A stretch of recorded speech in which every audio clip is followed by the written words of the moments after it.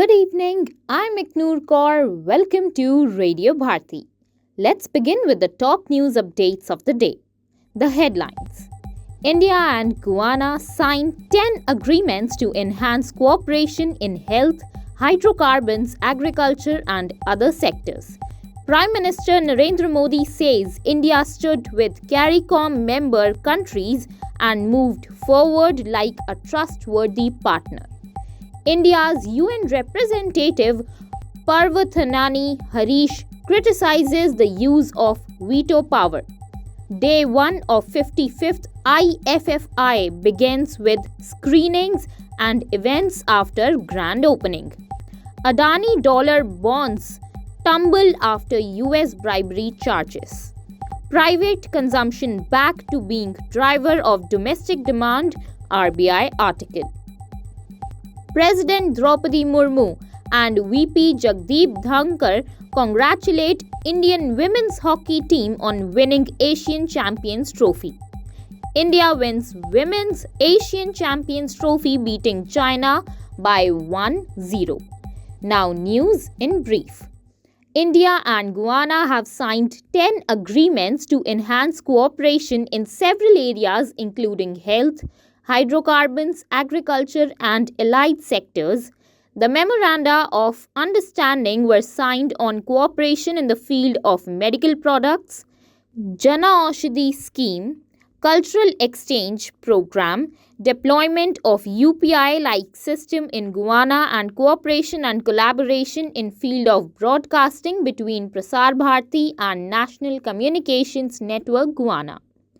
Prime Minister Narendra Modi has said that India has stood with the CARICOM member countries and moved forward like a trustworthy partner, whether it is COVID or natural disasters, capacity building, or development issues.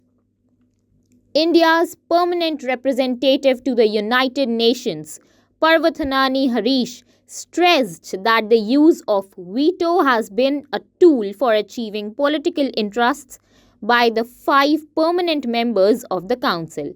Speaking at the UN General Assembly yesterday, Mr. Harish said that during the last 8 decades, all 5 permanent members of the Council have used the veto nearly 200 times.